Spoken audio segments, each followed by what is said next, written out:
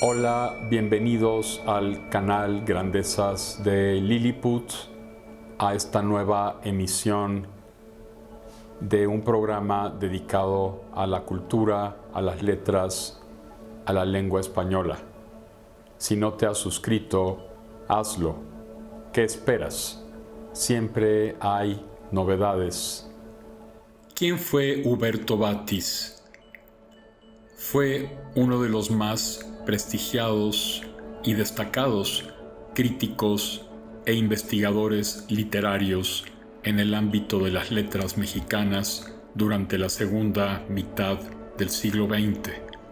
Estudioso de Ignacio Manuel Altamirano y creador, con Carlos Valdés, de la revista Cuadernos del Viento y del imprescindible e histórico libro Lo que Cuadernos del Viento nos dejó, así como de los volúmenes Estética del Obsceno, Por sus comas los conoceréis, Crítica bajo presión, entre otros muchos.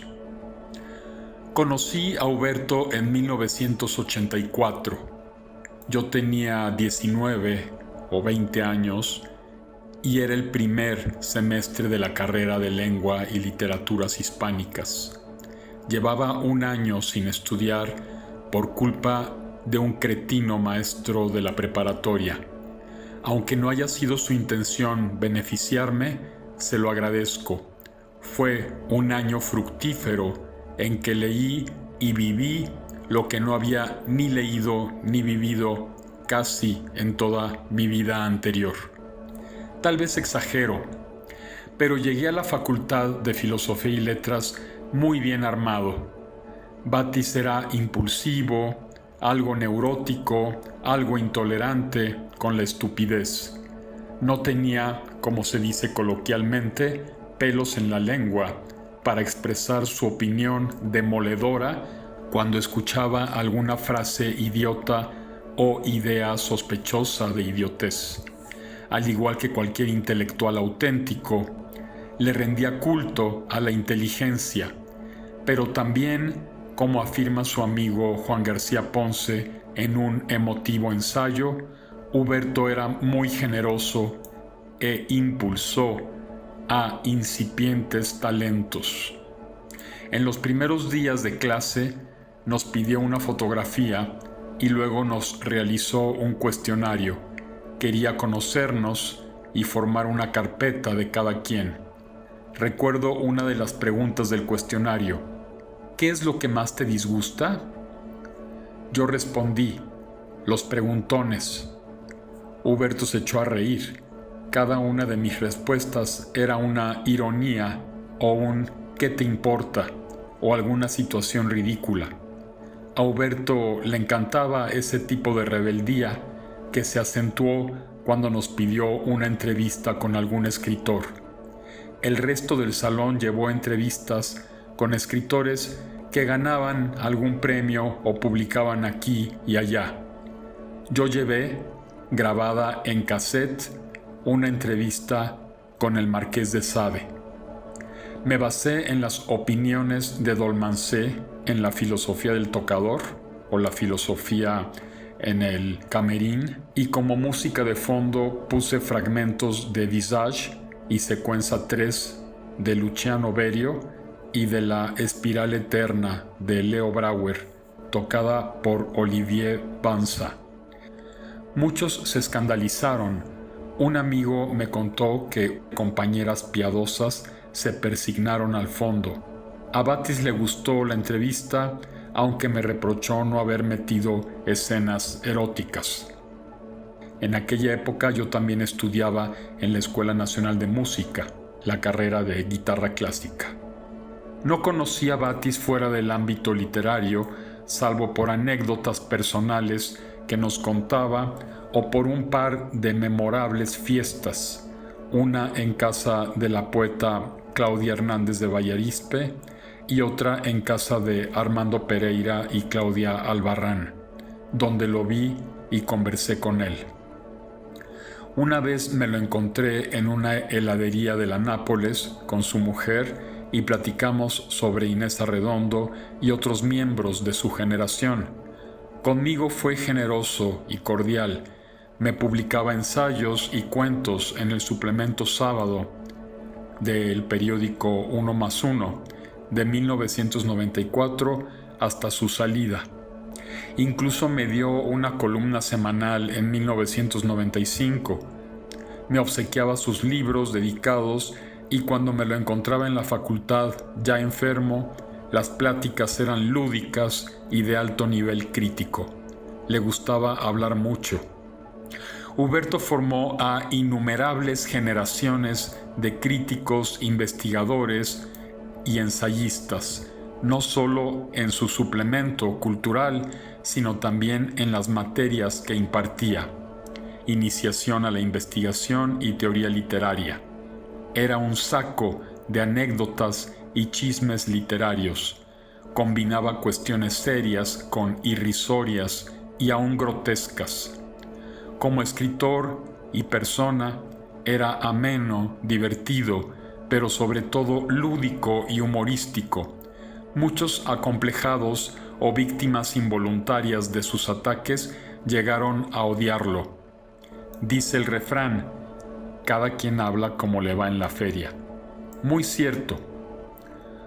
Portador constante de una cámara con que fotografiaba a sus víctimas, admirador de personalidades tan disímiles como Ignacio Manuel Altamirano, Henry Miller o Bela Bartók, hombre hiperculto, Huberto fue en suma un personaje casi indefinible, inclasificable. La inteligencia auténtica lo es. Por él conocí a muchos autores como Alberto Moravia o Vélez Ibarren. Considero a Huberto entre mis mejores maestros de la facultad. Huberto Batis entró al mundo de las letras con el invaluable apoyo de escritores como Agustín Yáñez y Alfonso Reyes. Estamos hablando de los años 50 del siglo pasado. Aprendió a hacer revistas por Enrique Alatorre, el hermano del filólogo Antonio Alatorre, de quien también se consideró su discípulo. Huberto tuvo varias facetas. Fue un agudo escritor y crítico literario, pero también investigador, periodista cultural, editor, docente y extraordinario conversador. Irreverente y antisolemne, espíritu libre para quien la censura prácticamente no existía, nos abrió la puerta a gran cantidad de escritores. Fue maestro de muchas generaciones y difusor de la cultura. Le gustaba mucho citar la frase que Alfonso Reyes le dijo en una ocasión: todo lo sabemos entre todos, que Reyes, por cierto, atribuye a la sabiduría popular. Se dice que Huberto Batis fue maestro de escritores, pero en una ocasión afirmó que lo más importante en su vida dedicada a las letras ha sido la hemerografía, es decir, las letras que circulan a través de periódicos, suplementos culturales y revistas. Estos medios llegaban a mucha más gente que los libros. Hoy ya contamos con Internet, cuyos alcances son aún mucho más amplios, pero en los tiempos de Huberto, nacido en 1934, lo que llegaba a las manos del público en general eran periódicos y revistas. Allí el grueso de los lectores no solo se informaba, sino que educaba su sensibilidad. Huberto Batis fundó con Carlos Valdés la revista Cuadernos del Viento y dirigió durante mucho tiempo el ya mítico suplemento cultural Sábado del periódico Uno más Uno. Como difusor de la cultura, Batis se relacionó con una gran cantidad de escritores y fue testigo y partícipe de la historia de la literatura mexicana de la segunda mitad del siglo XX. A Huberto se le considera como miembro de la ya célebre y llamada generación de la Casa del Lago, a la que algunos conocen también como generación del medio siglo. Luis, tú escribiste un poema sobre Huberto Batis o en el que por lo menos está Huberto como protagonista o como personaje. ¿Podrías leérnoslo? Claro que sí, con mucho gusto estoy en este momento localizándolo. El poema, bueno, se llama El arte por el arte, un registro.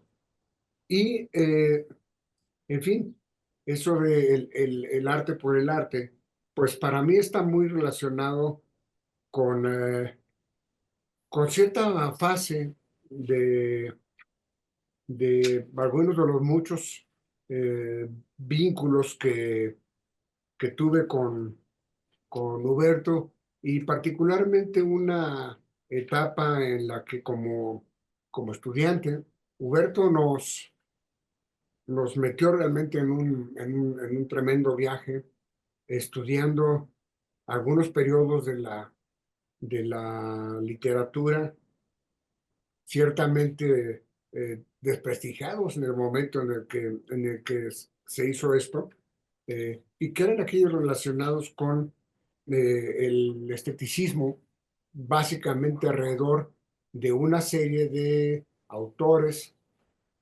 casi todos ellos reunidos en el libro Los Raros de Rubén Darío, Ujú. y, y a partir de ahí, con un foco muy fuerte en Joyce Carl Wiseman, a que Huberto siempre le dio una atención muy particular, ¿no?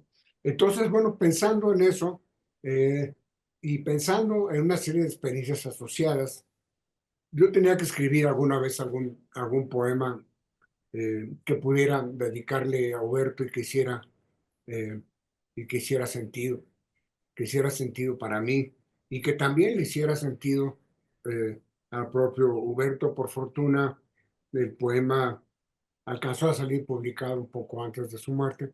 Eh, en fin, vuelvo a repetir, el título es El arte por el arte, un registro. Vuelvo a recordar, el arte por el arte, bueno, es posiblemente el asunto, el concepto sobre el que muchas de estas conversaciones y estos autores eh,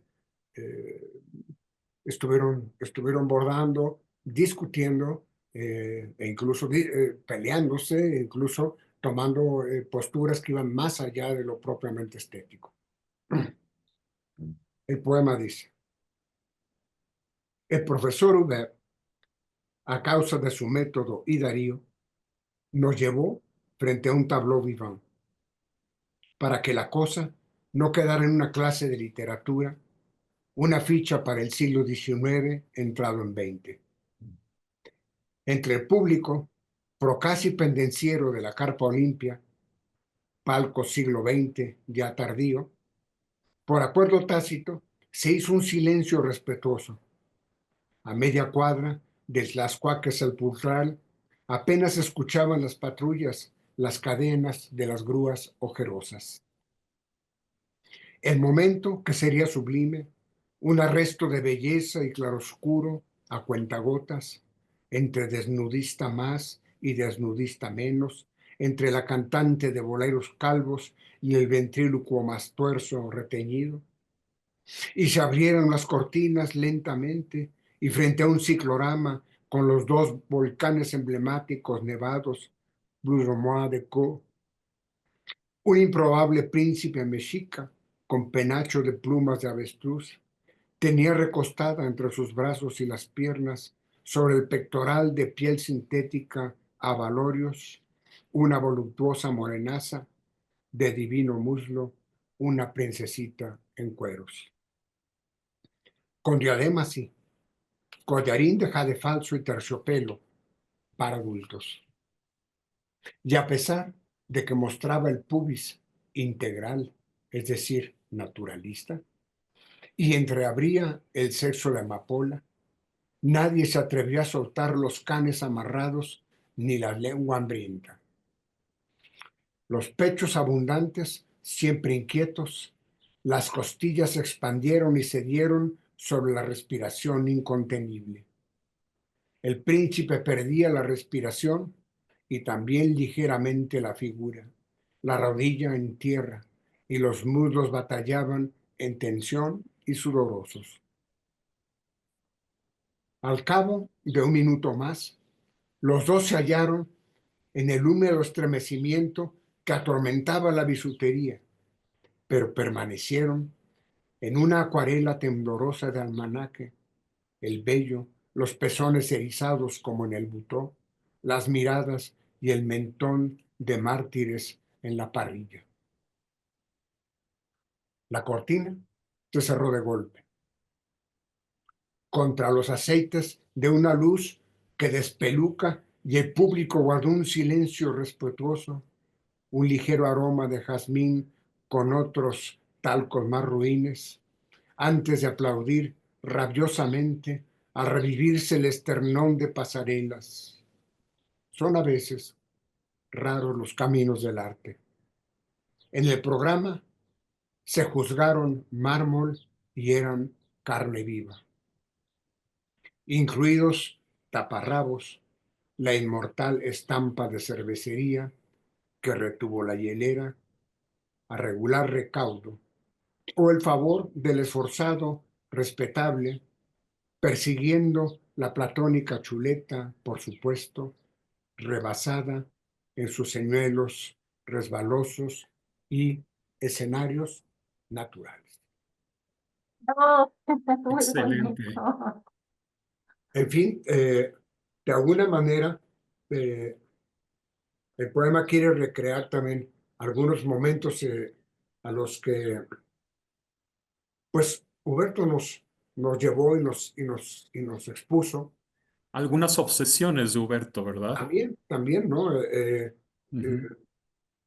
Relacionadas también con eh, eh, una insidiosa y muy particular forma de eh, estudiar, experimentar, vivir lo erótico e incluso lo pornográfico, y también de plantear estas actitudes, estas reflexiones e incluso esta estética como una especie de subversión constante, ¿no? De subversión constante y, y aún desde la academia, en donde sentó formas surreales, no quitar el dedo del renglón y constantemente estar dinamitando un cierto estatus, un estatus que ciertamente fue también dinamitado por mucha gente de su generación, de una práctica a la que él pues fue fiel desde siempre y en todas sus múltiples manifestaciones, como académico, también como escritor, como crítico, como periodista, no se diga, y en fin, tantas y tantas facetas que pudiéramos pues recordar y celebrar en alguien como Huberto Batis, siempre un maestro, pero también, como les comentaba hace un rato, un amigo entrañable. Yo solo para no abusar de mi intervención, les comento que lo, lo empecé a tratar yendo como oyente a algunas clases.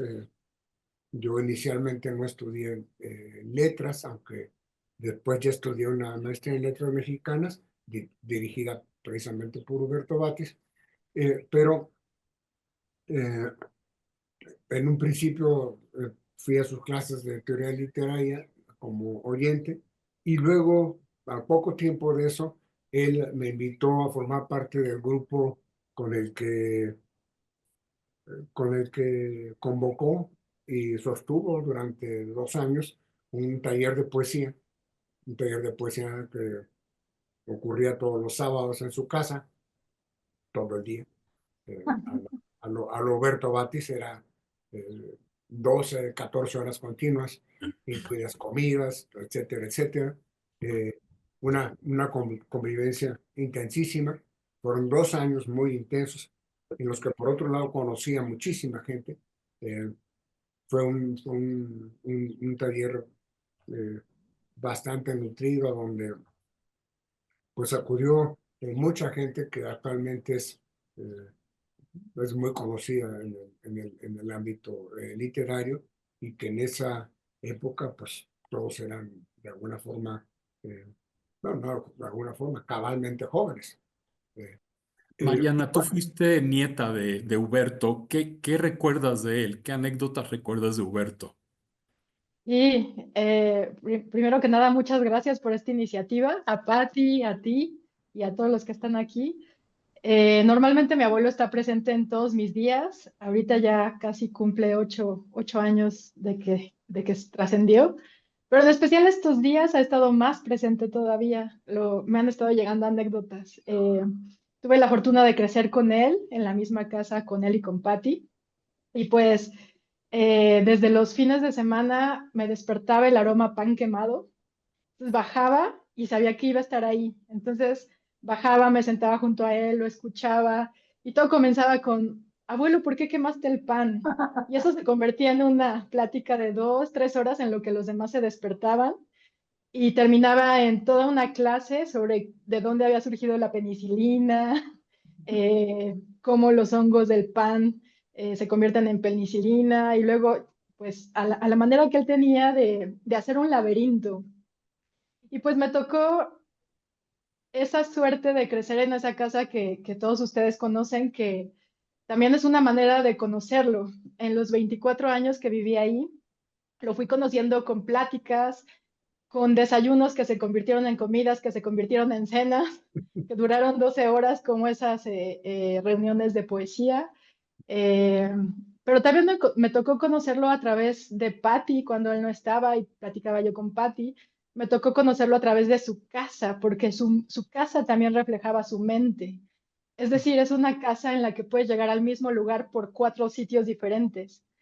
Entonces, eh, él me contaba que esa casa la construyó inspirado en los castillos medievales, en los que puedes llegar a muchos lugares más bien puedes llegar al mismo lugar a través de distintos sitios, que creo que esa es una de las grandes lecciones que me dio mi abuelo a lo largo de la vida, que siempre fue el mismo, siempre fue fiel a sí mismo, pero siempre tenía claro lo que quería de la vida.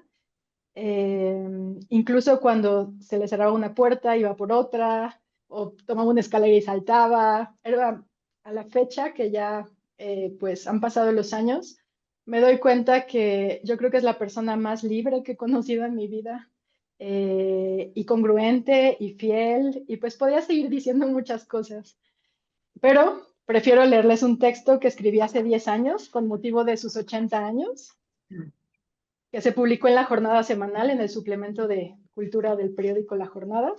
Son 2 cuartillas. Se llama Batis y el amor a la palabra. A mi Abus. Porque él me decía Nepos, nieta, yo le decía Abus, porque también, como saben, era un diccionario ambulante. A cada palabra que decía podía sacar las raíces grecolatinas y sacar una gran lección. Pero bueno. In illo tempore.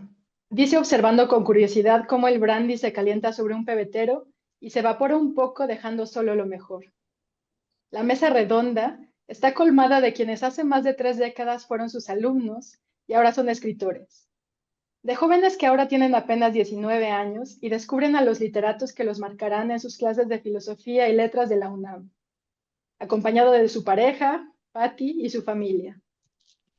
La copa pasa de mano en mano y cada comensal bebe un sorbo, al tiempo que las anécdotas que Huberto Batis cuenta, aparentemente sin ninguna relación entre sí, se van engarzando una a una al son de sonoras risotadas y expectantes silencios. Todo para conformar un breve viaje que resume cómo llegó a cumplir 80 años de vida y otros tantos de escritor, crítico, periodista, editor, fotógrafo y profesor.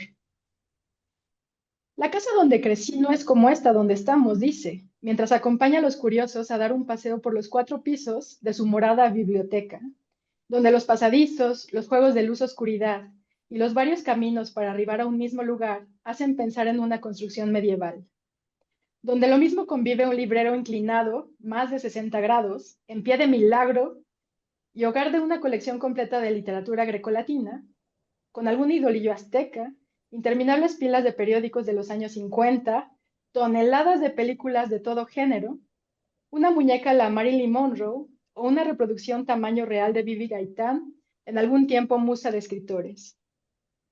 Así comienza un relato de su vida, no del tipo de los extractos biográficos que hace el Conaculta, INVA o la Wikipedia o ahora el ChatGPT, sino uno a su manera, con gustosas anécdotas, cada una como una cuenta esférica, que al unirse con las otras conformará un bello y cíclico collar.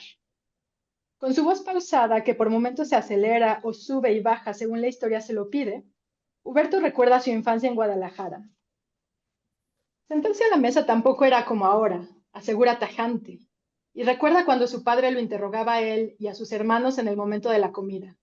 ¿De dónde viene el jitomate?, preguntaba inquisidor, ante el pánico de los niños si no atinaban la respuesta.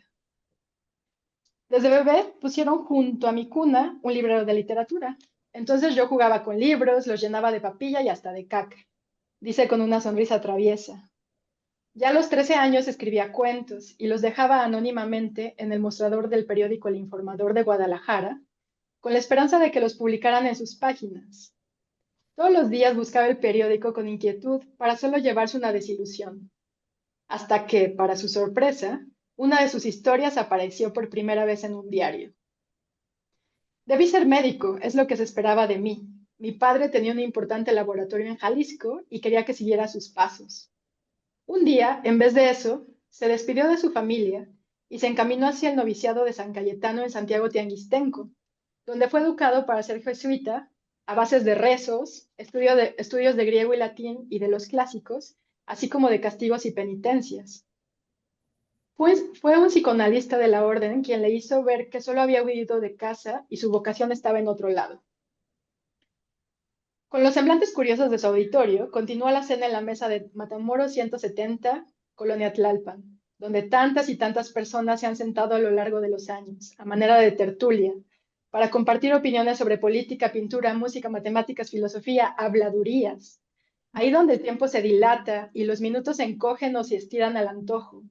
Y una visita de doctor se puede convertir en una de 8, 12 horas sin respiro sin siquiera advertirlo.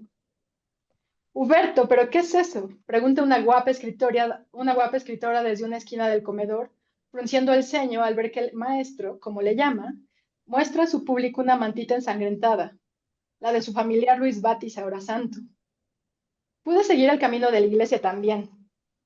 De haber continuado con la compañía de Jesús, hubiera salvado almas en vez de perderlas como lo hice, afirma con risa. Batis, Batis, hablemos de sábado, pide un hombre ya de cana sentado a la mesa, quien inició su fructífera carrera en aquellas páginas hace ya más de 20 años. Yo le aposté siempre a los jóvenes, responde el que ahora es reconocido como uno de los mejores editores y maestro de escritores, por sus tiempos en el suplemento cultural del 1+1. Sí, Fernando Benítez me pedía, tráete a tus niños y hacemos un suplemento. Y sí, duramos 25 años, cuenta con orgullo y cierta nostalgia. Con 80 años cumplidos, Bati se acuerda de vivencias con sus guías Alfonso Reyes, Julio Torri, Antonio Alatorre o Fernando Benítez, con quien publicó en La Cultura en México desde los 20 años de edad. Habla con cariño y recuerda aventuras vitales y librescas al lado de sus contemporáneos Juan García Ponce, Emilio Carballido, Hugo Gutiérrez Vega, Juan Vicente Melo, Inés Arredondo o Juan José Gurrola. Y revive pasajes memorables con sus alumnos y más tarde colegas, Adolfo Castañón, Alberto Ruiz Sánchez, Pura López Colomé, entre tantos nombres más tan entrañables. De sus compañeros de generación, casi todos murieron jóvenes, lamenta Batis, en un giro melancólico de la conversación. El único sano es Batis, decían algunos, a lo que Inés Arredondo respondía, pero está peor que todos, está de manicomio. Esa locura que le permitió vivir y ser sobreviviente de un cáncer que solo lo hizo más fuerte. Durante la velada, los recuerdos de distintas épocas confluyen. Cuadernos del Viento, la Revista de Bellas Artes, la Dirección General de Publicaciones de la UNAM, la Revista Mexicana de Literatura, la Dirección Editorial del Fondo de Cultura, la Ibero, el Uno más Uno, el Colegio de México y sus más de 50 años en la UNAM, que son solo picos en una apasionante trayectoria. Conforme la plática va alcanzando su fin y el brandy se agota, Batis enuncia el origen de los vocablos, otra característica de su personalidad, sin duda heredada del riguroso estudio durante su tiempo en el noviciado y en la Facultad de Filosofía y Letras como estudiante o profesor. La etimología más atrayente, sin duda, y la que refiere más conmovido es la de filología, el amor por las palabras, esa que ha marcado el paso de sus días y esa que nos contagió a todos, al igual que el amor por la belleza, porque de lo que más recuerdo de él es que podía encontrar belleza en todo. Ahorita estaría encontrando belleza en esos libros que se ven atrás de Luis Cortés, en los árboles, en el atardecer, hasta en lo más sórdido y terrible. En todo encontraba belleza y creo que estaría muy contento de tenernos aquí reunidos, tal vez no en torno a una mesa redonda, pero sí en torno a un Zoom. Y muchas gracias. Sí, porque su concepto de la estética era muy amplio y también admitía una estética de lo grotesco, ¿verdad? Una estética del erotismo. Yo también considero que es uno de los espíritus más libres que conocí. Gabriela, ¿qué nos puedes decir de Huberto? Gracias. Pues yo conocí a Huberto en el contexto principalmente de la Universidad Iberoamericana. Yo estudiaba letras españolas y Huberto fue mi maestro, mi profesor y mi maestro durante prácticamente toda la carrera. Él fue quien me impartió las materias de técnicas de la investigación, teoría literaria, más tarde literatura mexicana. Entonces, lo que yo puedo decir en ese contexto, en el contexto de la Ibero y en ese momento, es que Huberto trajo un aire absolutamente nuevo a esa carrera, ¿no? Empezando por su metodología, que era una metodología absolutamente que parecía que no había, que no la tenía, ¿no? Porque uno llegaba a clase y pues te esperabas con que el profesor empezara a escribir en el pizarrón, te diera el programa del semestre, etcétera, ¿no? Y lo que hacía Huberto era llegar con un montón de libros, siempre, llegaba así, siempre por el pasillo lo veíamos bambolearse con su montón de libros, sus suplementos, ¿no? Y, y leernos algún fragmento X. Igual podía ser desde de su generación, de Inés Arredondo, o de Tomás Segovia, o de Juan García Ponce, como algo que acababan de publicar en el suplemento de Siempre, La Cultura en México, o en fin, ¿no? De cualquier noticia, y a raíz de eso, bueno, ya venía todo este árbol maravilloso de conocimiento poblado, sí, como bien decía Mariana, de etimologías, de conocimiento, un conocimiento del lenguaje como nadie, ¿no? Como nadie que hasta ese momento yo conocía, y me quedé absolutamente deslumbrada y encantada ante este maestro irreverente, a veces también de dar miedo, ¿no? A mí no me tocó que me revolcara como a otros de mis compañeros, por suerte. No sé por qué, digo, yo no es que fuera muy aplicada ni nada, pero a lo mejor era porque yo venía de un colegio francés, del Liceo Franco-Mexicano, entonces cuando se ofrecía alguna cita de sus autores favoritos, Joris Karl Huysmans o Gerard de Nerval, etcétera, yo rápidamente levantaba la mano, ¿no? Para tener ahí mi intervención y tener puntos con Huberto, ¿no? Eso fue dentro del aula. También debo decir que en esa época en que estuvo Berto, que llegó a ser director de la carrera, eh, trajo a otros maestros que estaban en la UNAM, que no eran digamos, de la asignatura de ahí de la Ibero, pero que Huerto los traía como invitados y que para nosotros como estudiantes fue maravilloso porque entonces podíamos ver a los escritores que en ese momento estaban escribiendo sus grandes libros, como Tomás Segovia, ¿no? Que vino a darnos varios cursos de poesía mexicana, de poesía, de lo que él principalmente estaba escribiendo, y eso fue un aire absolutamente renovador en la carrera, ¿no? Esa fue una parte, pero por supuesto que también lo conocí fuera del aula. Si bien yo no participé en este taller del que habla Luis, que por cierto Luis y yo somos esposos pareja desde hace 50 años, entonces, bueno, tuvimos también una larga convivencia con Huberto como pareja. Bueno, es más, debo decir que la biblioteca de Huberto fue nuestro escenario amoroso y de nosotros y de muchos otros, ¿no? Porque había ahí a modo un diván que, bueno, pues que nosotros aprovechábamos, ¿no? Entonces, es esta libertad que verdaderamente se desbordaba, que iba mucho más allá del aula, mucho más allá de los talleres y de cualquier otro tipo de formalidad, pues de esa también yo pude disfrutar, ¿no? Siempre generoso, en efecto, como dice Mariana, su casa, pues nada, ¿no? Yo todavía sueño con esa casa, a veces hay cosas que suceden ahí todo el tiempo. El centro de esa casa para mí era la biblioteca, en donde de donde podíamos tomar los volúmenes que quisiéramos, porque Huberto fue de una enorme generosidad con todos nosotros.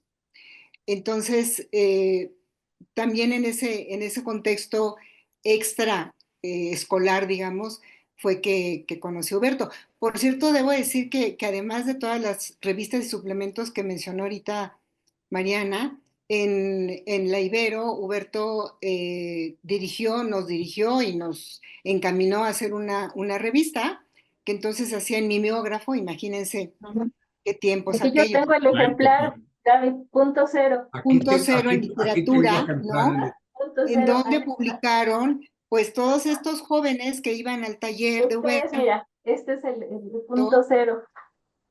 Que hizo él El punto cero, sí. ajá, Aquí hizo los él. tengo a la mano, mira, aquí los tengo a la También, mano. sí, ¿Eh? punto cero. Ahí Ajá, está, sí, ahí está. sí, De colección, de colección. totalmente. Y ahí, pues sí, publicaron todos estos jóvenes que decía Luis, ¿no?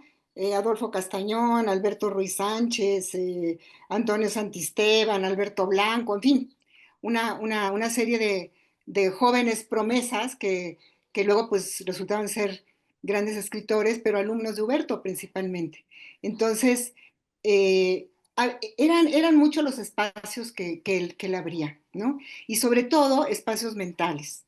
Yo recuerdo que uno de los primeros ejercicios que nos pidió en la materia de investigación, de técnicas de la investigación, fue que escribiéramos nuestra autobiografía. Era algo que siempre hacía Huberto, no sé si más tarde lo hacía también o con sus alumnos de la UNAM. Y yo puedo decir que gracias a eso, gracias a ese ejercicio de escritura que en la carrera de letras no te ofrecían, porque como todos sabemos, en la carrera de letras no te enseñan a escribir, ni hay muchas materias en donde haya escritura creativa o no había en ese momento. Pero gracias a ese ejercicio es que yo después, muchos años después, hice mi incursión y sigo haciéndola en la literatura infantil y juvenil. Entonces yo le debo a Huberto la vocación de escribir. Y pues eso es lo que yo quiero decir y agradecerles este espacio y este momento para rememorar a mi querido maestro y amigo Huberto. Hablaste de los libros que llevaba. Yo lo recuerdo también muy bien en los pasillos, con una gran cantidad de libros y de repente se ponía a leer, a veces al azar, algún pasaje y lo comentaba y lo analizaba.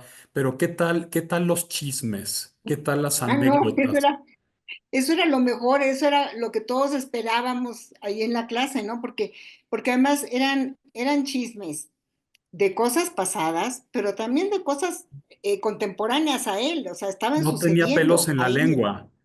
Y, No, No, no, no, no, para y- nada, y para nada. Después era contaba también, y, sí, perdón, era también siento yo que algo que él hacía de manera muy enfática, para, sobre todo cuando estaba en el contexto de estar dando clases, para establecer un muy claro recordatorio de que la parte fundamental de la literatura era que era sustancia viva, Claro, que era algo que Así estaba es, ahí, que claro. estaba sucediendo todo claro. el tiempo, estaba sucediendo todo el Claro. tiempo, que ahora mismo en este momento hay Exacto. escritores publicando esto, hay escritores discutiendo sobre Así esto, es. hay escritores tomando tales decisiones, hay escritores que las tomaron y que nadie los tomó en cuenta y que ahora los toman en cuenta. En fin, Así eh, es. Sí, poner siempre no solo en el pizarrón, sino en las manos de todo el mundo y ante los ojos de todo el mundo,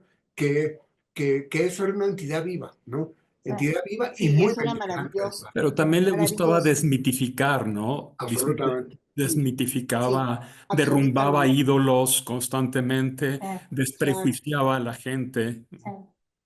O, sí, o levantaba otros ídolos donde no, Sí, no lo sabían ni también. había manera de que los hubiera, nada más por meter onda, ¿no? Sí, Sí. sí, sí. Rebeca, ¿qué recuerdas de Huberto? Ay, pues yo recuerdo muchas cosas, pero inicialmente cuando yo entré a letras, te dan la carrera de letras en la Facultad de Filosofía, te dan tu tira de materias. Entonces éramos de primer semestre, íbamos muchos chavitos de apenas 18 años, casi recién cumplidos, y de repente teníamos que entrar a métodos de investigación, a iniciación a la investigación se llama la materia, y no sabíamos ni con qué nos íbamos a topar, ¿no?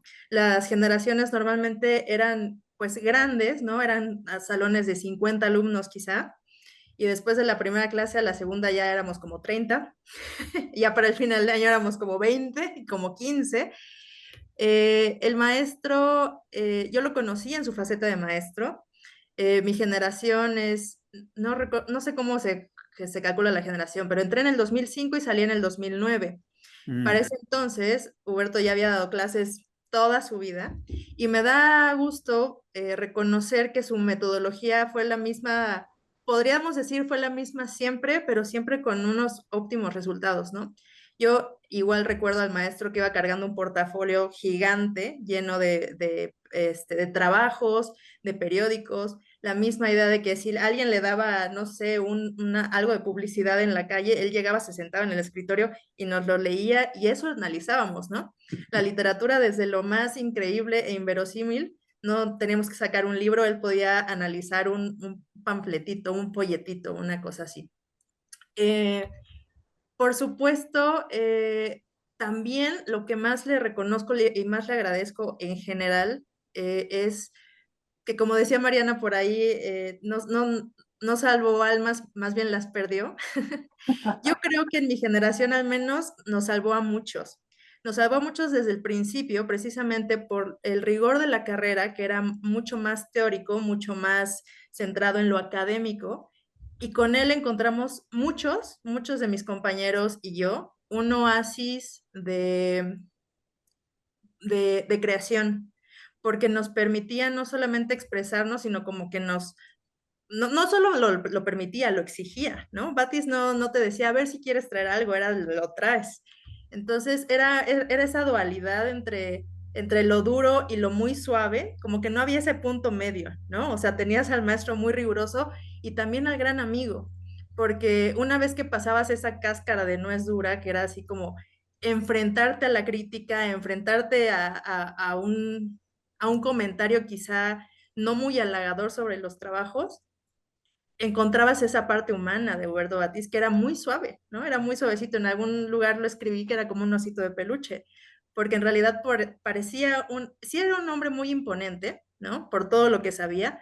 Tenía esa facilidad de hacernos sentir como que no sabíamos nada porque no sabíamos un latinajo, o al mismo tiempo podíamos sentirnos muy ignorantes porque no sabíamos quién era Meche Carreño. Así iba, en esa polaridad, ¿no? Claro. De lo muy popular a lo muy culto. Entonces decíamos, este hombre sabe de todo, ¿cómo le hacemos para llenar sus expectativas? Sin embargo, creo que fue muy amoroso con la generación con la que yo estudié, porque desde ese primer semestre, toda la carrera, varios compañeros, éramos fácil un grupo de 10, que decíamos todos que éramos los fans número uno de Huerto Batis, ¿no? Éramos 10, pero todos decíamos que nosotros éramos el número uno.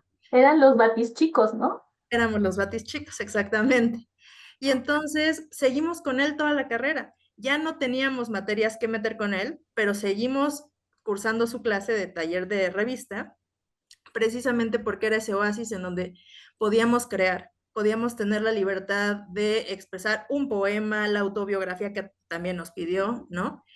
Y uno de los más grandes regalos es que me dejó la constante, la disciplina de escribir un diario literario que hasta la fecha sigo haciendo, ¿no? No es el diario personal, es mi diario literario de las lecturas que hago y, y me parece que ese tipo de, de, de lugar, de apertura, no la habíamos encontrado más que con él y por eso lo seguíamos así, aunque ya no tuviéramos clase con él en la hora que fuera, decíamos vamos, ¿no? Y me acabo de acordar justo eso, que era tanto el disfrute de las clases que pasaba de un tema a otro y brincaba y brincaba y brincaba y parecía que todo lo estaba sacando como de un sombrero así de mago, no sabía de dónde. Y al final, yo no me acordaba, pero era tanto el disfrute que nos tocaba la puerta, ¿no? O sea, el siguiente maestro nos tocaba la puerta así, ya se pasaron 10 minutos, 15 minutos, y Batista decía, ay, no aguanta nada, qué impacientes personas, ¿no? Así no la podíamos seguir, bueno, en la facultad, no en su casa propiamente, pero era una plática porque también te exigía que tú comentaras, ¿no? O sea, no era no era una cátedra donde él se sentaba y hablaba, sino que de repente te preguntaba algo y si te estabas así medio distraído, te regresaba, ¿no? Entonces, conocí a ese maestro que le agradezco muchísimo la generosidad sí, también de invitarnos a su casa en algún momento, pero más que esas tertulias, a nosotros no nos tocó ese Huerto Batis, ¿no? A nosotros nos tocó el maestro que nos permitía crear, que nos exigía conocer. Y también era un maestro que le gustaba la juventud y aprendía de ella. O sea, no solamente era el como el yo ya lo sé todo y entonces ustedes niños escúchenme, ¿no? Él aprendía muchísimo de los jóvenes, que para, o sea, la distancia que nosotros teníamos en edad y con los escritores que él ya había conocido, era muchísima. Y siempre tuvo la generosidad de decirnos, ah, yo conocí a Fadanelli cuando estudiaba aquí como ustedes, ¿no? O yo conocí a Enrique Serna y tal, y demás. Y entonces, cuando podía, los invitaba a la facultad, ¿no? Platicábamos, nos acercábamos a ellos. Y creo que ese tender esas como relaciones para que se viera que el mundo literario no se daba solamente a través de los libros, es algo que le agradezco muchísimo, porque efectivamente la literatura no está nada más en los libros, ¿no? Incluso había no sé en realidad de dónde salió, pero alguno de los compañeros le dijo que alguien le había puesto el maestro bikini y le dio Sí. mucha risa, ¿no? Porque decía que enseñaba todo menos lo más importante. Y a Gilberto le daba mucha risa que lo llamaran así, y yo pienso perfectamente, Menos lo mero principal. claro, menos lo más importante, eso no lo enseñó. Y muy por el contrario, yo creo que enseñaba lo más importante. Para mí, él enseñaba la parte humana de la literatura, ¿no? Porque te enseñaba o te contaba anécdotas de escritores, de amigos, demás, en su parte no literaria, en su parte como persona normal, y uno decía, ah, ¿en serio eso pasó? Eso dijo, así se pelearon, de tal manera, o sea que esos chismes en realidad se hacían parte de la literatura y no lo íbamos a encontrar en ningún libro, ¿no? Todo lo que nos contaba jamás lo íbamos a encontrar en ningún libro. Yo atesoro mis cuadernos de la materia porque anotaba las cosas más inverosímiles, ahí están, y también nos hacía investigar porque tenía esa magia de contarnos las cosas un poco hiperbólica, ¿no? Entonces llegábamos a un punto de no saber si era cierto o no lo que nos estaba contando y teníamos que investigarle. Entonces, me parece que me tocó una faceta del maestro ya con mucha experiencia, pero siempre con mucha apertura para aprender. Ahora que mencionas lo del diario literario, a nosotros también nos motivó a hacerlo. Y yo soy de la generación del 80, yo entré en el 84, soy de la generación del 85. Aquí estamos reunidas varias generaciones, como pueden ver. Y sí realicé esto que dices del diario literario pues unos años, 89, 90, después ya me dio flojera, ya lo dejé, ¿verdad? Pero sí fue un excelente consejo entre muchos otros también que aprendimos del maestro.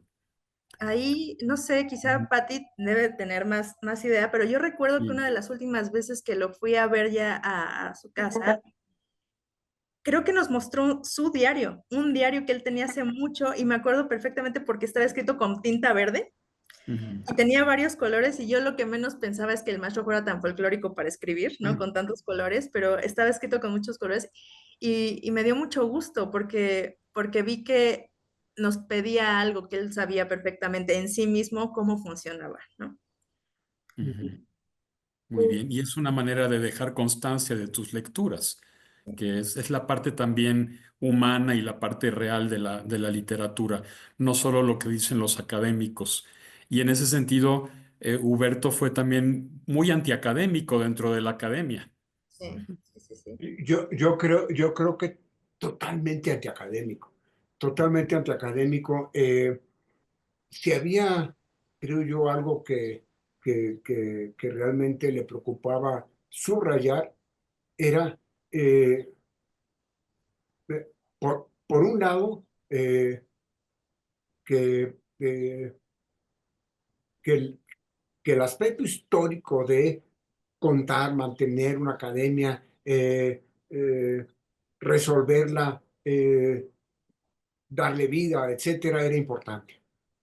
Y había que conocerla.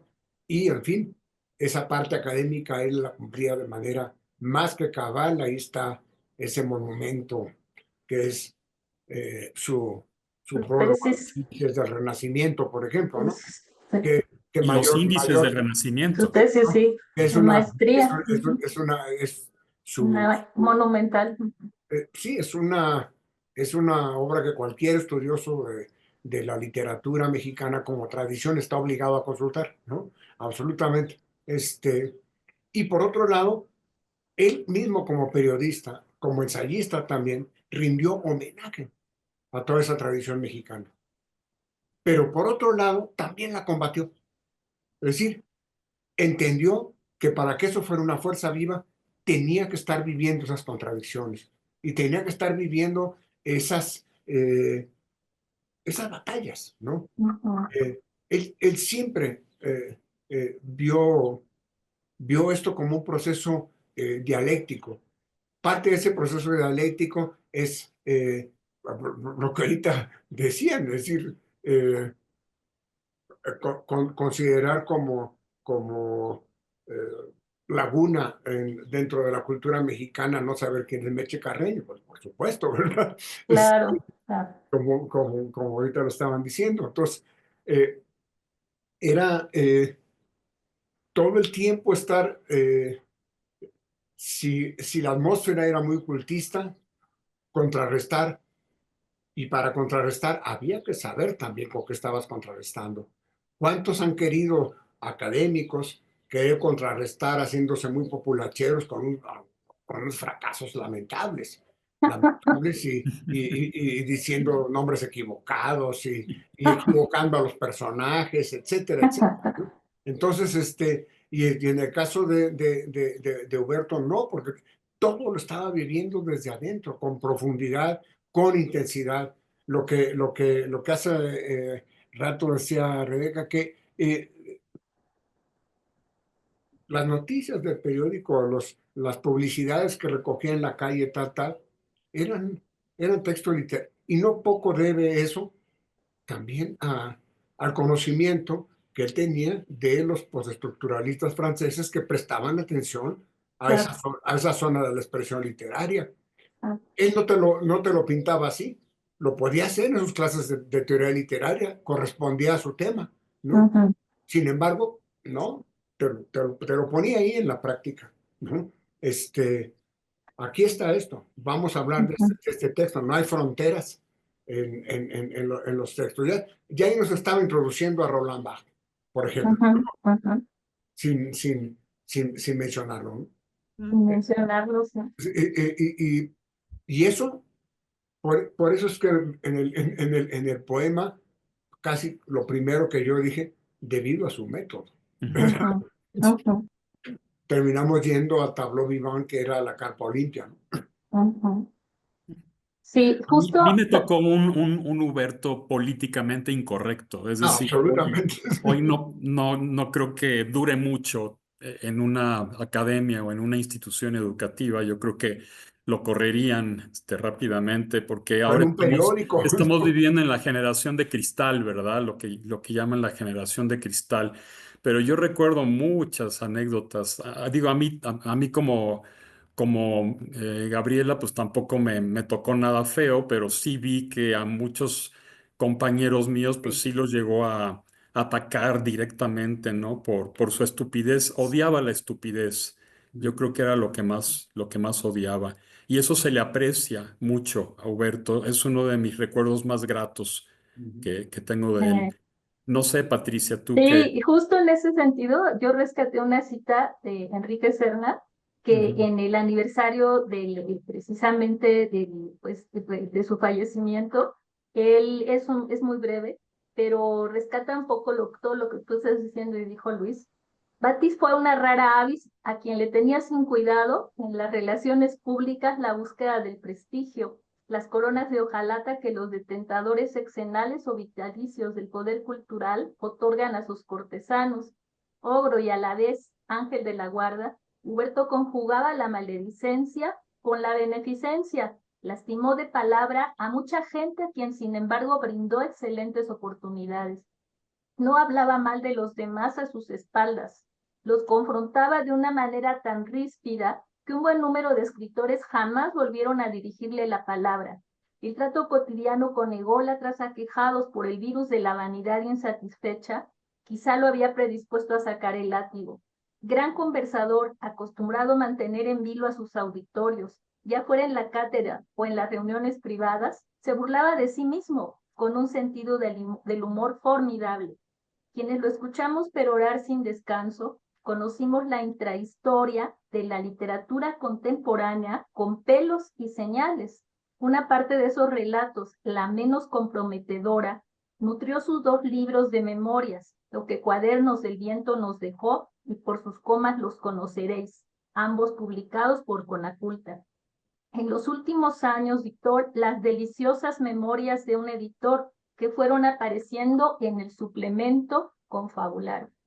Y yo la tomé porque efectivamente el conocimiento, la relación con Huberto permitía conocer eso que se estaba mencionando, lo que decía Luis, lo que todos han comentado, todos han dicho, que esta literatura viva, esta intrahistoria que normalmente no se cuenta, pero que a mí me tocó presenciar pues como su compañera en múltiples reuniones de escritores, sí se llevaba a cabo de una manera oculta y entonces él, como dice Serna, lo que hacía era promover esa discusión y además de esa manera pues que se avanzara en el conocimiento de lo que realmente pasaba, pero además dejando constancia.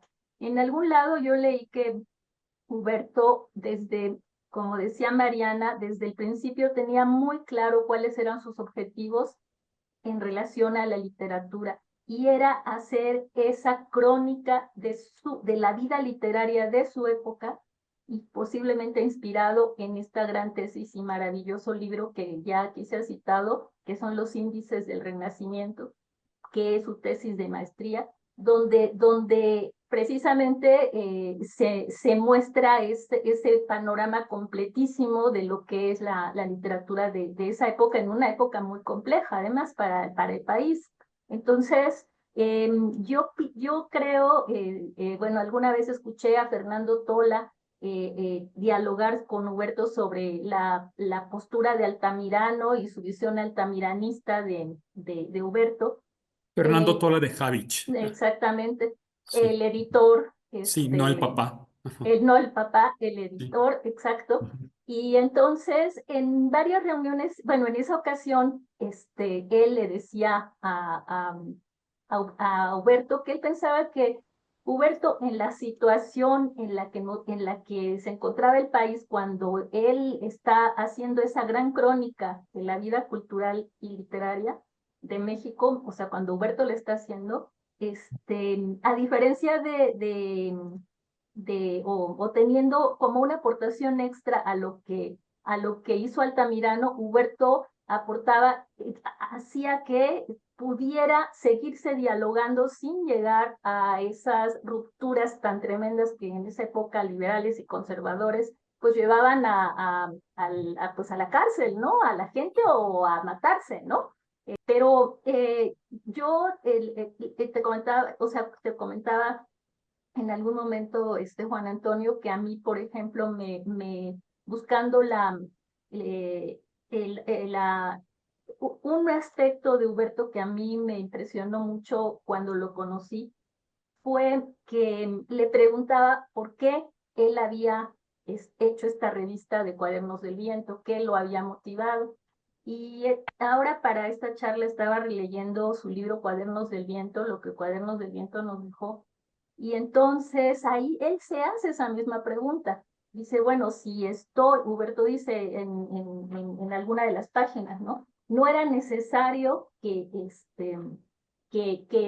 publicaran los jóvenes la revista que él hizo, si podían seguir publicando en las tradicionales, si podían seguir pues haciendo reseñas pequeñas traducciones, al seguir participando del statu quo, y había forma de participar, ¿no? De ese tipo de cultura. Sin embargo, él se daba cuenta en ese momento y dice ahí que lo comparte esta visión con Carlos Valdés, que lo que hace falta es que haya una voz a los jóvenes, ¿no? Entonces, a partir de ese pensamiento, sin ningún recurso propio, sin posibilidades económicas de apoyos gubernamentales, sin nada, se lanzan a la tarea de hacer Cuadernos del Viento, siendo ambos becarios del Colegio de México y con solo, pues claro, con una ya gran capacidad para publicar, porque ambos habían tenido ya la experiencia de ser correctores en el colegio, de ser becarios del Colegio de México.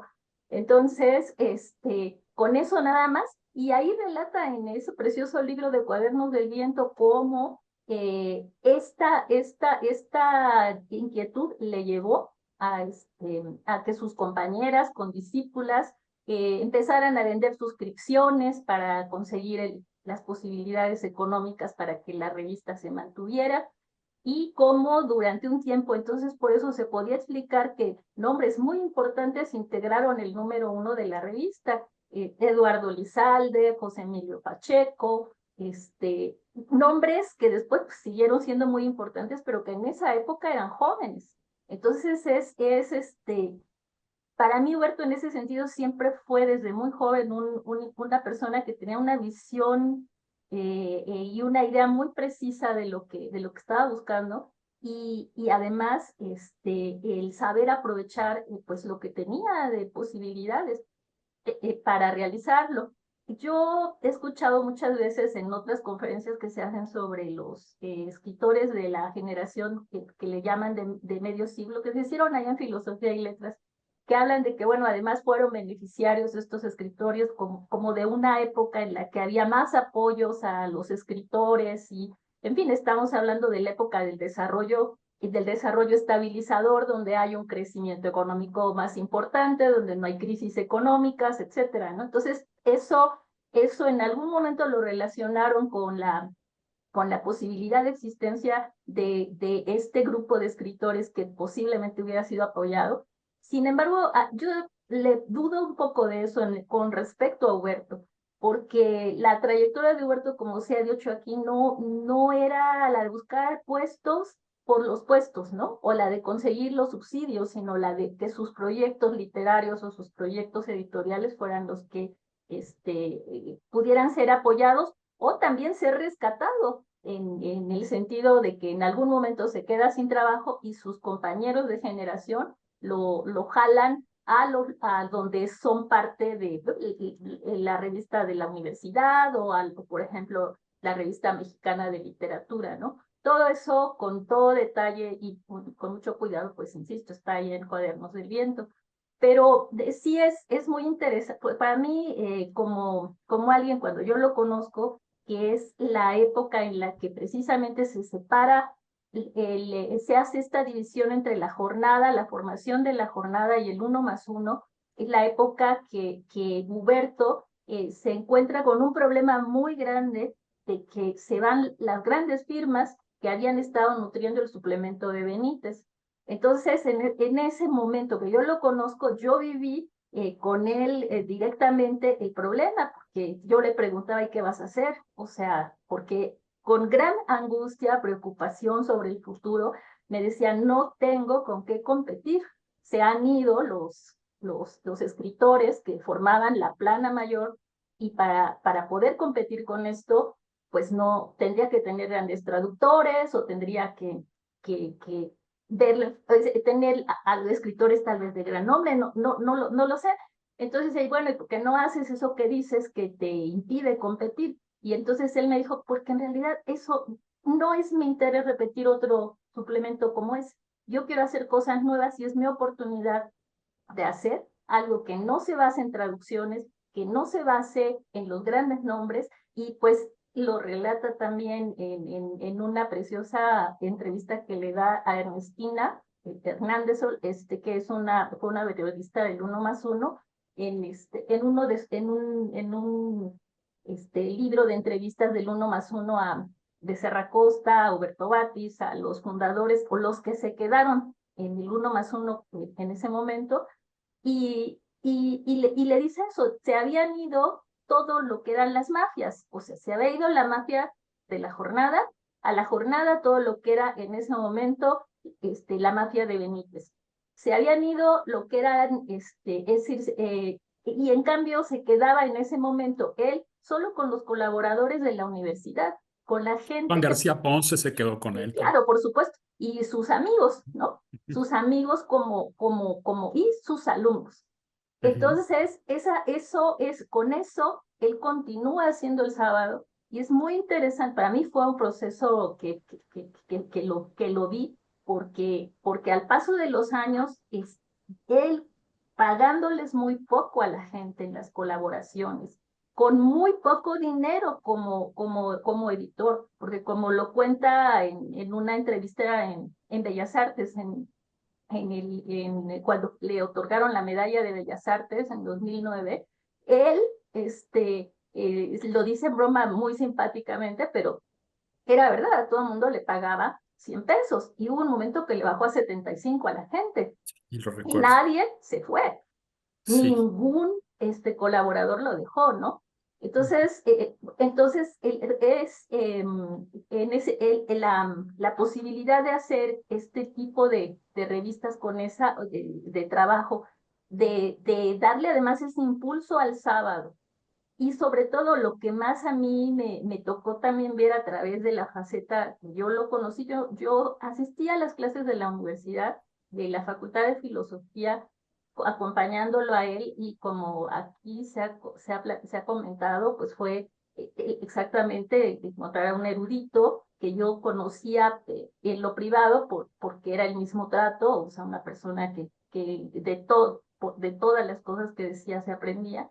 Pero más allá de eso, en ese momento yo estudiaba economía, y por eso, pues para mí fue algo muy, muy, muy interesante ver que él todas las formaciones profesionales podía sacar escritores. Yo estaba en un taller de crónica que a mí me había enviado un amigo de Luis y de Gaby, que se llama Sergio Mondragón. Y entonces, en ese taller, porque eran amigos Sergio y Huberto, Huberto me conoció, y yo traía la formación social. Entonces, para él, y lo vi con mis compañeros, era muy interesante que distintas formaciones que teníamos los compañeros de ese taller, les sirvieran también para publicar y nos permitieran a nosotros desarrollar otro tipo de escritura, plantearnos la crónica, y no solo la crónica, sino avanzar incluso a la novela o el cuento. Y efectivamente fue lo que sucedió.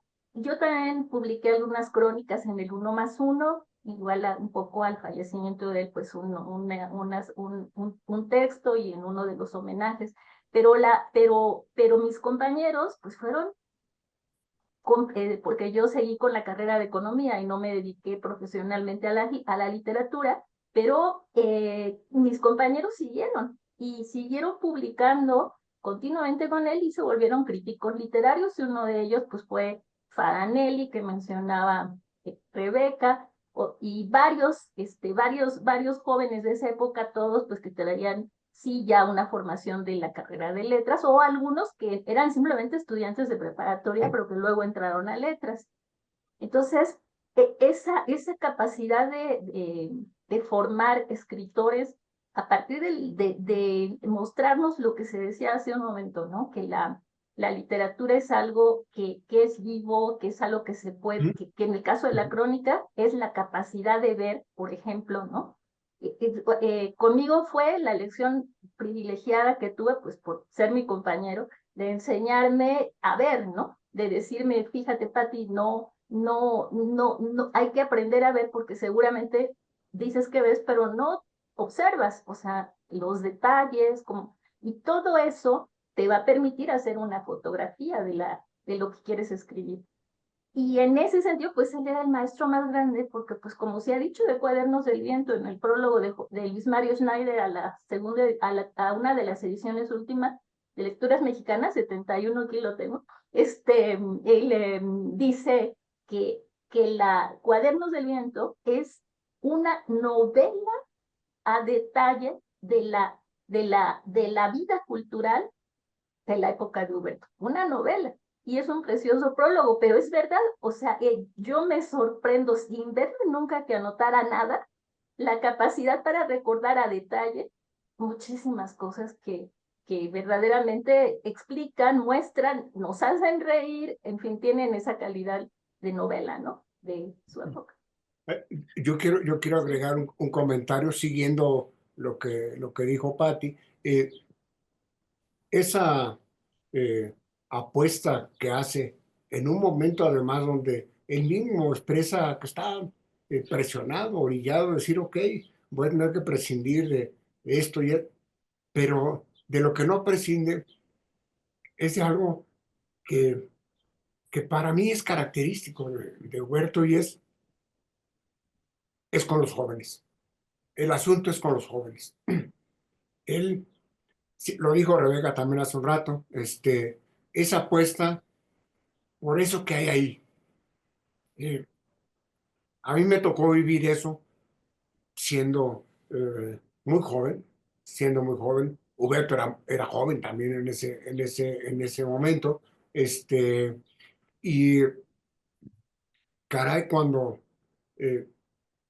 era joven, pero yo a él lo veía como a un verdadero profesional de la literatura, un editor experimentado, etcétera, etcétera, que se daba el tiempo de perder el tiempo con nosotros, ¿no? Y así lo hizo también con muchos de los que fueron invitados a participar como colaboradores, no como colaboradores jóvenes, sino como colaboradores profesionales en el suplemento. La prueba fue que se partió el alma para que todos fueran debidamente retribuidos económicamente. Es decir, con Huberto no era, a ver, pásame una colaboración, te publico, y con el puro premio de te publico. No, es de, aquí están tus cheques, por la cantidad que tú quieras, lo que él podía conseguir, pero él siempre pagó a sus colaboradores, algo que cada vez es más extraordinario y que él es uno de los muy pocos ejemplos que hay, aún si sus colaboradores era gente que estaba publicando por primera vez en su vida y a los que él con una generosidad que me consta tenía, abrió puertas, ventanas, lo que fuera necesario. No que le gustara darles alas a los jóvenes, pero sí le gustaban los jóvenes y sí apostaba por ellos. Eso solamente abonando a lo que acaba de decir Patti, pero su apuesta tuvo que ver con algo que yo creo que en el fondo de él mismo, o algo que tenía ahí y en lo que él creía, además, y que terminó por resultarle, no solo por resultarle, sino por por volverlo característico en una época en donde una actitud como esa no sería para nada característica de nadie. Nada más. No sería ahora tampoco. No, Sí. tampoco. Yo No, quiero, y otra de las cosas a las que apostó siempre Huberto, y bueno, ahí está la prueba, ¿no? De sus índices de la revista Renacimiento, es precisamente a ese tipo de publicaciones, a las revistas y a los suplementos literarios, cosa que ahora extrañamos tantísimo, ¿no? Pero hacía falta una fuerza así como la que tenía Huberto para sostener este tipo de publicaciones que le daban voces eso a los jóvenes, a los no tan jóvenes y que además te mantenían al tanto de lo que estaba sucediendo en la literatura en ese momento, ¿no? Contemporáneamente. Entonces, bueno, pues eso, añadir eso porque realmente a mí lo extraño mucho, vaya, en ese sentido. eso Adelante, era Ale. muy, muy impresionante de él, porque era un hombre, pues, mayor cuando nosotros, o sea, cuando nos daba clase a puros, éramos puros niños, éramos realmente muy chicos a comparación de su experiencia y de todo lo que sabía. Sin embargo, sabía siempre cosas muy de vanguardia, ¿no? O sea, siempre estaba leyendo, o sea, a autores actuales, conocía lo que estaba pasando como socialmente hablando, políticamente hablando. Entonces, era alguien que constantemente estaba nutriéndose también de los jóvenes, tanto porque le interesaba lo que había nuevo, pero también al mismo tiempo nos enseñaba un montón, ¿no? O sea, por eso no era como tan disparatado que niños estudiando en el 2005, 2009 no conocieran ciertas cosas o de los 70, de los 60, ¿no? Que conocíamos muy atrás, había cosas que no conocíamos y había cosas que él no conocía, que nosotros teníamos como muy presentes y siempre fue un intercambio muy bonito, ¿no? Muy abierto, o sea, lejos de que fuera así de como hasta aquí llegamos con los conocimientos, esto es lo que está bien, esto es lo que ya no entra. No, la verdad fue un intercambio muy interesante y sí concuerdo con lo que dice Juan Antonio, que yo no sé si después de mi generación todavía hubo otra generación que, que fuera tan fan de la clase de Huberto Batis, pero es verdad que ya les costaba más trabajo, ¿no? O sea, es verdad que ya la confrontación, la crítica en la clase les costaba mucho más trabajo. Y es algo que yo le aprendí a él. En algún momento no fue conmigo. Me encanta que aquí todos decimos, a mí no me regañó, fue alguien más. Pero a mí sí me llegó a regañar en algún momento, no tan grave como a otros, pero recuerdo que una de las compañeras en alguna clase dijo, yo no quiero que leas, escribimos una catarsis. Entonces era una cosa, un tema ahí medio delicado, pero era un trabajo que teníamos que entregar y se sabía que se iba a leer en clase. Y entonces agarró el de esta compañera y ella le dijo, no, yo no quiero que lo leas. Y entonces se lo regresó y le dijo, entonces te sales de mi salón. Entonces, ¿qué haces escribiendo? Si no quieres que te lean, no escribas.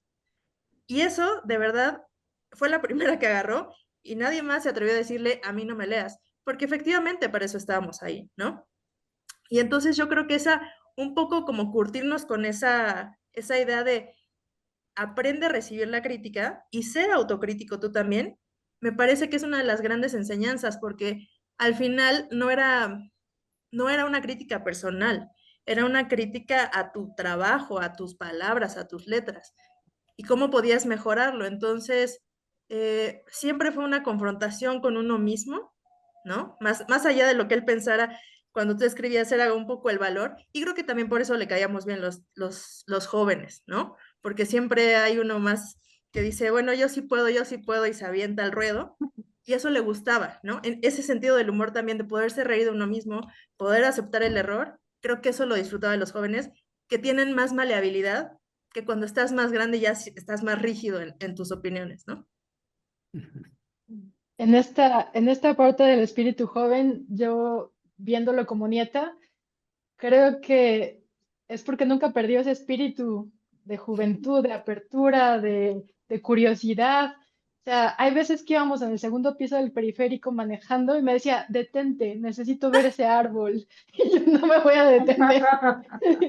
Pero cada paso que daba encontraba algo por lo cual ser curioso. Y creo que eso es lo que lo conectaba con generaciones más jóvenes. También nos tocaba que llegaba a la casa después de dar clase, ya en los últimos años cuando estaba más enfermo, que todavía iba hasta en silla de ruedas a la facultad, volvía como si le hubieran inyectado vida, ¿no? O sea, de todas las ideas, de todo lo que le habían contado. Por ejemplo, para aprender a utilizar la computadora, yo creo que aprendió después de los 70 años, ¿no? Entonces, cuando algo en mi vida digo, ay, no, estoy muy grande para aprender, luego me acuerdo de mi abuelo y digo, a los 70 se abrió todo un mundo de aprender computadora que me decía, ¿qué hago con este ratón? Se cae, ¿no? ¿Para dónde? No se mueve, no sé lo que yo quiera. Pero aprendió también que a veces pasaba todas las madrugadas ahí leyendo, curioseando. Y a veces también en la época actual de tantas cosas nuevas que estamos viviendo, pues con la inteligencia artificial y todo esto que está generando tanto debate, pienso, qué lástima que no vivió, porque estaría fascinado, Fascinado, estaría yo todo también el pienso. tiempo, en vez de cerrarse, estaría abierto a aprender cómo usarlo a su favor, para qué le serviría. Entonces, esta parte de espíritu joven me sigue inspirando mucho en muchas partes de mi vida y creo que es una enseñanza que a pesar de que él no está físicamente, sigue estando en muchas cosas y me sigue, como decían hace rato, como ayudando a abrir la mente, incluso en el tiempo actual, ¿no? Y pues siempre lo admiré mucho, lo extraño mucho y me encanta pues revivirlo a través de todas las historias que ustedes vivieron, ¿no? En diferentes aspectos. Ay, sí. Sí. Yo nada más les quiero, ay, pero ¿quién está hablando? Sí. No, Ah, nada más iba a decir, siguiendo sí, a adelante, Martina, porque sí. me hizo acordarme de, eh, de esos momentos de curiosidad increíble. Nada más de acordarme de cómo eh, se llevaba y cómo trataba a los animales. Ah, sí. Era un, fueran pájaros, fueran mamíferos, fuera lo que fuera, era una naturalidad y eh, eran, eran seres con los que él realmente intercambiaba, eh, y mucho de eso estaba también reflejado en algo que le pasaba con las plantas.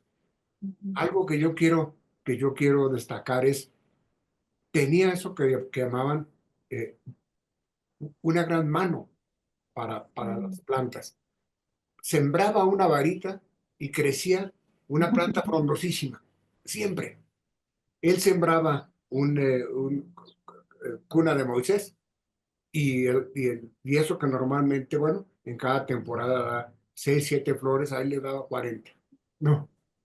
Entonces, es cierto, él decía, no le quiero dar alas a los alacranes, seguro no, pero tampoco le quiero dar alas a los creativos, ni quiero, yo estoy aquí para podar, para eh, no ser aliciente de nadie, ni pretexto de nada para que la gente sea creativa o no. Ya los que sean creativos es porque realmente necesitan serlo y porque no tienen alternativa más que serlo.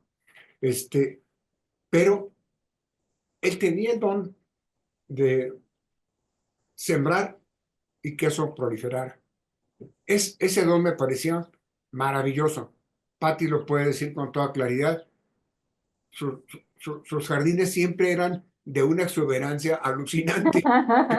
Se comían la casa, también Sí, ahí en la casa de Matamoros. sí. Todo lo que clavaba ahí en el pequeño jardín que había en la parte de atrás era una selva, ¿no? Tenía que estarlo controlando constantemente, ¿no? Es un, es un don que difícilmente podríamos explicar en términos académicos, pero que ahí estaba, ¿no? Sí, yo quería decirles que también, bueno, muchos de ustedes, no todos lo saben, yo también tuve la suerte de conocerlo a través de su gran amigo Juan García Ponce, ¿no? Porque nos reuníamos, como todos saben, los miércoles a cenar con Juan, ¿no? Y tuve la dicha de escucharlo dialogar con Juan de una manera tan brillante respecto a lo que decías, Luis, de su enorme conocimiento literario, y Juan respetarlo enormemente a Huberto en cuanto a la opinión que él diera de algún escritor que ambos conocían muy bien. Entonces, yo ahí entendí que esa amistad también de tantos años se basaba en ese respeto intelectual enorme que mutuamente se tenían y que además nos nutría, porque algo que fue, de lo que yo puedo ser testigo, es que el que se leía Sábado desde el principio al fin era Juan García Ponce. Y cuando llegábamos nosotros a esas cenas, todo iba a girar alrededor de lo que había publicado Huberto. Y las cosas que le decía era en relación a todos los escritores, lo que observaba Juan, si le habían gustado, si no, por qué. Cuando no le gustaba algo le decía, te odio, te odié este sábado, y cuando le había gustado, dile a tal escritor que me gustó mucho. Incluso llegó a los desolladeros ese tipo de comentarios, que en algunos casos no le gustaron a Juan algunos textos, hizo terribles desolladas, porque Juan pues era él en ese sentido tremendo en su manera de desollar a la gente, y sin embargo después de un cierto tiempo el propio Juan, a ese mismo escritor, conociéndolo más y entendiendo tal vez más, él le mandó otra carta, ¿no? En la que él, que era Guillermo Garramuño, porque no le gustaban, ¿no? El tipo la manera como hablaba de los personajes, ¿no? Que creaba Aquí Garramuño. estaban los desolladeros, pero también los cebollazos. ¿Los cebollazos? ¿Cómo? O ¿De sea, Juan? en sábado estaban los desolladeros, Ajá, donde los escritores se atacaban entre sí, pero ajá. también los cebollazos, que Ah, era cuando te gustaba algo, te mandaban un ajá. cebollazo. Sí, pero en relación a Juan no creo, ¿eh? No, Digo, me refiero pues que Juan hubiera mandado un cebollazo, no tanto porque, sí. pues tú lo conociste a Pero Juan. era otra columna también que Ah, había, o sea, sí, otra sección, ¿no? Además ajá. de los desolladeros, los cebollazos. Digo, para que no se crea que todo era negativo, ¿verdad? Estaban las dos cosas.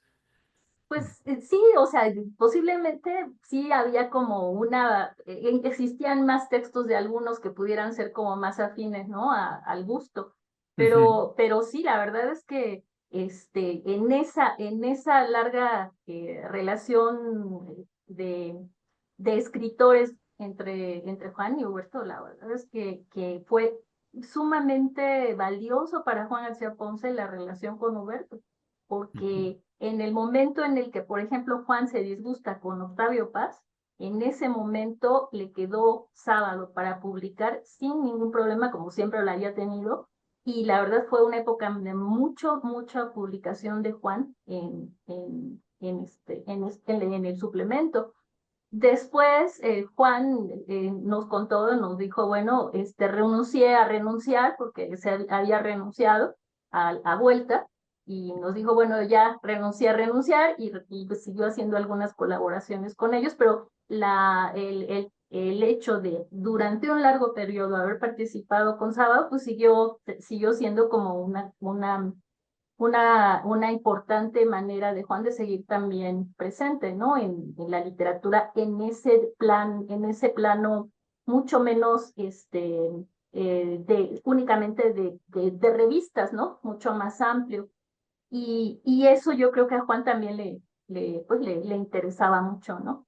Este, entonces, yo en ese sentido, en mi relación con ellos, en esas reuniones, sí, a veces la gente piensa que a lo mejor había como una supeditación de Huberto a Juan, o que la opinión de Juan era muchísimo más importante en el sentido de orientar a Huberto solamente hacia ciertas cosas, y la verdad no fue así. O sea, yo presencié que ambos tenían diferentes gustos y pues sencillamente se respetaban, ¿no? Y bueno, de eso pues hay así como muchísimas cosas que contar respecto a los escritores y cómo se veían y qué escritores eran, pero bueno, no, ahora no es el caso, nada más lo quería yo comentar porque también para mí fue muy enriquecedor conocer esa faceta de Huberto y la generosidad en ese sentido de ambos escritores, ¿no? Tanto de Huberto como de Juan, de dialogar y de mostrarme de una manera muy sencilla siempre, resolverme todas las dudas de las cosas, pues no sé, Gaby, de literatura francesa, por ejemplo, ¿no? Que eran expertos, o alemana, o en fin, de escritores que yo solo conocía de nombre, ¿no? Y de los cuales, no sé, de Proust, que tú conoces tanto y has estudiado tanto, conocía el nombre y un poco lo que podían estar dialogando y el trasfondo, pero digo, podía entender la idea, pero el trasfondo para mí era pues complicado porque no los conocía. Entonces, esa capacidad también de Juan y de Huberto de hacerme partícipe y de también yo aprender, ¿no? Fue muy importante y fue otra muestra de esto que estamos hablando, ¿no? De que siempre era, pues, un maestro también, Juan,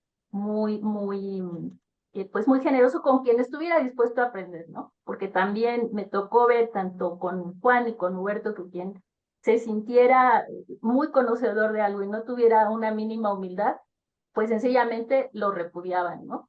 El hecho fue que presencié en una ocasión a alguien que estaba, no voy a decir quién, pero alguien que estaba en esa reunión y de pronto, pues quiso demostrar un conocimiento que no tenía y Juan le dijo, ah, sí, muy sabiondo.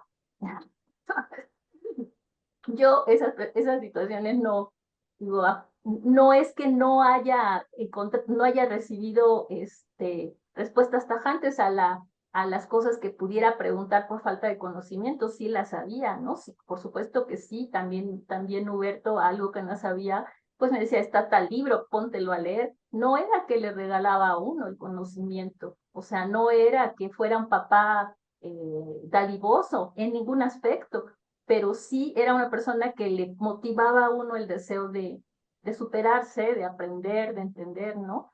Y además algo que mencionaba Gaby, que es muy importante, que para mí también Huberto lo resalta en una entrevista que le hicieron, en la que le preguntan que qué es lo que él resalta más para su vida profesional, y él dice que para él lo más importante ha sido todo lo que se refiere a la hemerografía, porque en México, en el momento en que dado que la gente no puede comprar libros, la difusión de suplementos es lo que permite que llegue la cultura y no la idea de una cultura limitada, sino todo lo que se refiere a la literatura en todos sus aspectos, el ensayo, el cuento, la novela, sin hacer una selección, digamos, para los ignorantes y para los que no saben, para los que saben, sino permitiendo que llegue tal cual a toda la gente. Y eso, cuando lo escuché, yo lo escuché alguna vez en su casa, que decía que efectivamente los libros no se puede, no los podía conseguir mucha gente. Entonces él los prestaba por eso, porque era consciente de que los libros eran inaccesibles en la época en la que ustedes estudiaron y yo también, no solo por lo económico, sino que incluso por la que no los ibas a conseguir, porque estaban editados en otros países. Entonces, el hecho de que él hiciera la difusión en los suplementos, pues claro, ayudó muchísimo a que la gente pudiera entender un poco más de arte, de pintura, de música, y con unas secciones tan amplias, tan completas, ¿no? Y como se decía, con una visión desprejuiciada que permitiera que pues, se siguiera desarrollando, ¿no? Las cosas. Yo no estoy tan convencida, no creo que necesariamente esta época los alumnos, Rebeca, no lo pudieran aceptar. Yo sí creo que ha habido un cambio, pero yo las últimas veces, por ejemplo, que escuché hablar a Huberto del lenguaje incluyente, nunca me pareció que estuviera en contra. Él, de alguna manera, siempre dijo que pues si hay una realidad que lo está demandando, pues igual puede entrar el lenguaje a reflejar esa realidad. El problema es imponer, ¿no? La academia, desde la academia las normas, ¿no? Ahora vamos a ser incluyentes, ¿no? Sino si en un texto pues hay una persona que tienes que ponerle pues le pones, ¿no? Porque no sabes lo que es, ¿no? O sea, no tiene una indefinición. Entonces, yo alguna vez le pregunté, por ejemplo, respecto a eso, ¿no? y me comentó, o sea, escuché esta respuesta. Y, por ejemplo, respecto al feminismo, lo hemos platicado, Juan Antonio, yo nunca lo escuché a él que fuera ni a Juan, una persona que tuviera nada en contra del movimiento feminista. Muy por el contrario, eran, para mi gusto, en esa época, pues precursores de mucho del movimiento feminista contemporáneo, y además, pues porque habían compartido con mujerazas, ¿no? Con Inés Arredondo, digo, tenían compañeras de gran nivel intelectual a las que respetaban, escritoras que fueron de su época, y Huberto a mí algún día me dijo, la única mujer con la mujer en el sentido a nivel del hombre, ¿no? Escritora, que piensa es decir, que he podido yo, que él ha podido como entrar en su cabeza y sentir que lo está entendiendo, pues fue Inés Arredondo, ¿no? Entonces, y uno lee a Inés Arredondo y dice, no, pues sí, porque la señora pues tiene un conocimiento filosófico, etcétera, ¿no? Yo nunca he pensado que están muy distantes del movimiento contemporáneo de las jóvenes. Más bien, tal vez estarían muy interesados, sobre todo Huberto, ¿no? De seguir qué está pasando y un poco como de obligar a lo que se decía, ¿no? Juan García Ponce incluso Juan García Ponce se llegó a calificar como feminista. Sí, Él se llegó a considerar feminista. En su obra, la mujer es absolutamente libre. Eso es lo que también hay que resaltar. hay que Y yo creo que resaltar. esa es la libertad que defendió también Huberto. Sí. Sin censura, sin imposiciones, Y lleno de de mujeres ningún en su tipo. suplemento. O sea, era un suplemento donde había muchísimas mujeres y Huberto Gavi era amiguerísimo, ¿no? Y era divertidísimo el sábado. Pero Yo creo digo, que de mujeres. el suplemento cultural más divertido de la época. Claro, pero digo, además era una persona que sabía establecer, Rebeca, una comunicación íntima con las mujeres. No digo que haya sido íntimo tuyo, pero sí podía llegar a los sentimientos, ¿no? Pues tú tienes un texto que publicaste en el fallecimiento de Huberto, no, No, en los 40 años, ¿no? la última clase del maestro. El maestro, Y y es pues muy que bonito. justo tuvo la gentileza de decirme que yo había publicado ese texto en Facebook, o sea, lo escribí nada más porque sí, y él lo leyó en algún momento y me dijo, quiero tu texto para que lo publiquemos. Y justamente como decía Luis, en ningún momento, o sea, yo se lo di porque dije, claro, maestro, o sea, para mí es un honor que lo publiquen. Dijo, no, te lo van a pagar, ¿no? Siendo él, o sea, pidiéndole a Julio Aguilar que hiciera ese pago, porque bueno, él era el director en ese, bueno, no sé si es en ese entonces o todavía, pero a lo que me refería quizá, Pati, no era, claro que yo creo que el maestro hubiera estado muy interesado en todos los movimientos sociales y modernos. Más bien me refería un poco a que los alumnos no percibieran con tanta facilidad, más bien no aceptaran con tanta facilidad esta que Su era carácter. políticamente incorrecto, ¿no? O sea, Sí. exacto. No, por parte de Huberto, yo perfectamente entiendo que él era y seguiría siendo súper curioso de todo lo que está aconteciendo hoy en día. Más bien sería que los alumnos de repente cada vez son más complicados para que uno les pueda hacer una corrección o un comentario, una crítica, ¿no? Más allá de que Huberto no, claro, yo sé que él estaría muy curioso. Sí, esto que decía, ¿quién decía Mariana? Que su abuelo se metió a estudiar la computadora. Los últimos años, antes de que se pusiera muy mal, se pasaba en internet muchas horas. Ujú. Y era impresionante cómo con los alumnos, ¿no? Cómo dialogaba con ellos, les escribía recados, le contestaba, ¿no? Yo Conmigo después me chateaba dije, todas las noches. ya ves, ya ves. Yo después me Sí, enteré, pues yo decía, pues, ¿qué tanto hace, no? me Por- decía, ¿qué es esto? ¿Y para qué sirve este botón mientras le picaba, ¿no? Mientras estábamos en los chats, era muy divertido. Pero estaba horas también. Ujú. Muy bien. Pues Patricia, Rebeca, Luis, Mariana, Gabriela, muchas gracias. No sé si tengan algo último que agregar. Muchas gracias por Yo, su participación. Ujú. Gaby. Gracias a ti. No sé muchas Gracias. si gracias. tengan, no sé Sí, si Gracias a tengan algo todos. más que agregar. Yo quisiera nada más decir una frase que siempre me acompaña, que ahí en Tlalpan los vecinos, cuando llegó al terreno baldío y empezó a construir y con el paso de los años, lo conocían como el mago de Tlalpan. Ay, qué maravilla, qué maravilla. Entonces, pues ahorita en la conversación varios de ustedes aludieron a él como magia, y siento que usó mucho la magia de las palabras y en el sentido del mago que siempre está buscando transformar la materia en oro. Él siempre estuvo a lo largo de su vida buscando transformar y logró transformar personas. Y eso me parece increíble. Desde sus alumnos, su pareja, su familia, sus colaboradores, sus amigos. Creo que todos los que lo conocimos tuvimos una transformación y eso confirma su calidad de mago. Sin Sí, duda. pues Gracias. Muy yo bien. nada más quiero decir que fue un privilegio tener esa oportunidad de convivir con Huberto, como dicen, pues lo extrañamos mucho, yo lo extraño muchísimo todavía, pero también es algo que es vivo, porque en realidad yo le decía a Mariana antes de entrar, ¿no? Aquí a la reunión le decía, sin embargo, a los que estuvimos de cerca y posiblemente no solo tan cerca, porque también ustedes han sido tan gentiles de acompañarnos en este homenaje, lo que nos sigue haciendo es actuar, movernos, seguir pensando en él, ¿no? Y seguir pensando en él significa para todos un esfuerzo, significa una forma de seguir aprendiendo todos juntos, ¿no? Y Y esa era, leerlo, y ¿no? leerlo, exacto. Y esa era su finalidad, esa era siempre su enseñanza.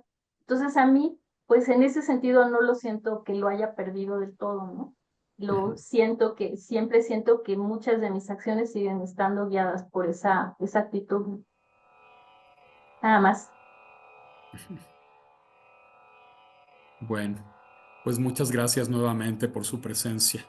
Gracias a Sí, ti. gracias a ti. Gracias. Gracias a todos. Gracias a Gracias. todos. Gusto en saludarlos. Igualmente. Igualmente. Sí, Hasta Gracias. luego. Hasta gracias. luego. Hasta luego. Hasta luego. Lectura del texto titulado Huberto Batis, por Juan García Ponce, tomado del libro Personas, Lugares y Anexas. Huberto Batis. Él dice haberme visto por primera vez en el Centro Mexicano de Escritores, cuando estaba en la calle de Volga, con Luisa Josefina Hernández, que trabajaba ahí. Yo no era becario, él tampoco, y Luisa Josefina ya había renunciado cuando yo fui becario. Lo que Huberto tiene de mí primero entonces es una imagen. Eso debe haber sido antes de 1956. Muy poco después ya éramos amigos, así que nuestra amistad va a cumplir muy pronto 40 años. Luego Huberto fue un dedicado alumno de la Facultad de Filosofía y Letras e hizo una tesis reuniendo los ejemplares de la revista El Renacimiento de Altamirano con una presentación suya. Es un libro enorme. Recientemente le hicieron un homenaje a Huberto en la facultad por él. Declaró rotundamente que era un libro perfectamente inútil, cuya única validez era que su amigo Juan García Ponce lo usaba para apoyar sus libros en él cuando leía con la ayuda de una tabla y un atril pequeño. Otra imagen. Huberto ha sido siempre un gran creador de imágenes en las que interviene mucho su propia imaginación.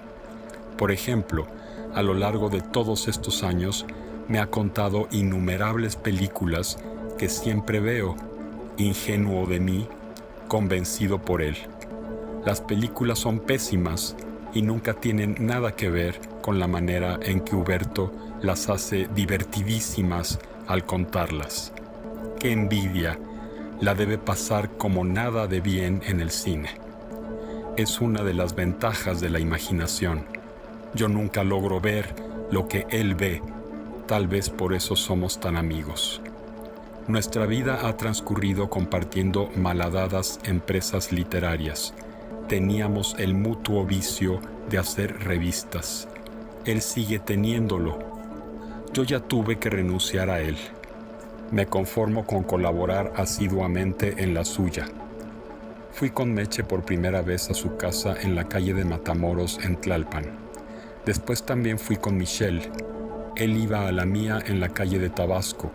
Ahí, en 2 sesiones, le leí La cabaña, despertándolo con mi bastón cuando amenazaba con quedarse dormido. Fue casi diario a mi casa en Ramón Corona y cenamos juntos cada miércoles aquí en Alberto Zamora hasta el día de hoy. Huberto es el único amigo de una época antiquísima del que todavía soy amigo. En su revista Cuadernos del Viento, en el 3er número, publiqué Tajimara y después muchas cosas más. Esa revista la hacían él y Carlos Valdés. Carlos Valdés y yo, con Jaime García Terrés como director, formábamos la revista de la universidad, en la que Huberto colaboró antes que yo como escritor y de la que leía las pruebas. Huberto fue jurado en el concurso de cine en el que Tajimara, con otros 4 bodrios, compitió. Ganamos el 3er premio. Huberto me dice que si Tajimara hubiese competido sola, nos hubiesen dado el primero. Cuando gané el Premio Nacional de Literatura, él fue jurado, desde luego con otros amigos. Esos premios se dan así, escogiendo un jurado adecuado. Pero más allá de la literatura, o por la literatura, hay que hablar de lo mucho que nos hemos divertido juntos. Huberto y yo trabajamos en el Departamento Cultural de las Olimpiadas a las órdenes de Beatriz Trublot, quien no tardó en ser amante de Huberto y como él reaparece en mi novela Crónica de la Intervención.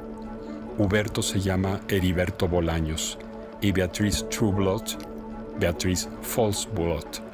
Y juro que aunque, o porque es muy guapa, esa es su verdadera naturaleza. Si trabajamos en el Departamento Cultural de las Olimpiadas, fue porque renunciamos a nuestro gozoso trabajo, yo en difusión cultural y él como director de la imprenta universitaria de la universidad, gracias a la obscena conducta de Gastón García Cantú, que acusó a Juan Vicente Melo de homosexual. Siempre es un placer tener la ocasión de insultarlo.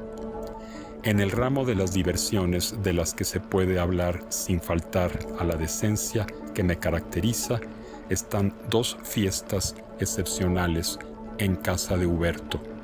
En una de ellas estábamos sentados a la mesa, comimos como locos y nos emborrachamos como locos. En la otra todos nos divertimos, pero el que se divirtió más fue el propio Huberto. Él siempre ha tenido un amor enorme por los aparatos y se la pasó filmándonos y haciéndonos hablar delante de su perturbador micrófono. Los gadgets son su auténtica pasión, lo digo siempre en burla, pero algo hay de verdad en eso. Hay que oír el meticuloso cuidado con el que los describe y cómo explica su utilidad. Yo nunca he podido manejar ninguno, un motivo más de envidia.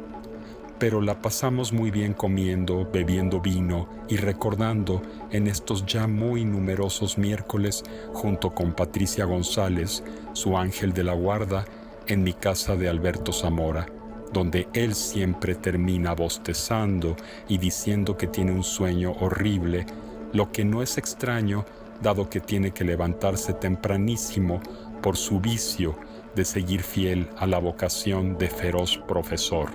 Un profesor que parecerá feroz para sus alumnos, pero del que yo, que lo conozco muy bien, digo que es un ángel incapaz de cualquier maldad, y sí de muchas generosidades, entre las cuales, para fortuna mía, se encuentra el gusto por escoger buenos vinos y tener un orgullo casi pueril al enseñar las botellas. No obstante, creo, su máxima cualidad es como fotógrafo. Qué buenos son sus retratos. Yo tengo álbumes formados por él de todas las últimas fiestas por mis santos y mis cumpleaños. Por último, hay que agregar que si yo tengo 2 hijos de una sola mujer, que lo quieren mucho, él tiene múltiples hijos de 2 mujeres. Creo que los 2 somos muy buenos padres, aunque los hijos de su segunda mujer viven con ella en Cuernavaca. El menor de ellos se llama Juan Batis. Puedo pensar que le puso así por mí. Puedo pensar que si ninguno de los 2 hemos sido muy fieles maridos, seguiremos siendo amigos, como dicen en los matrimonios, más o menos, hasta que la muerte nos separe. Pero eso no hay ni que decirlo, así que ya mejor me callo.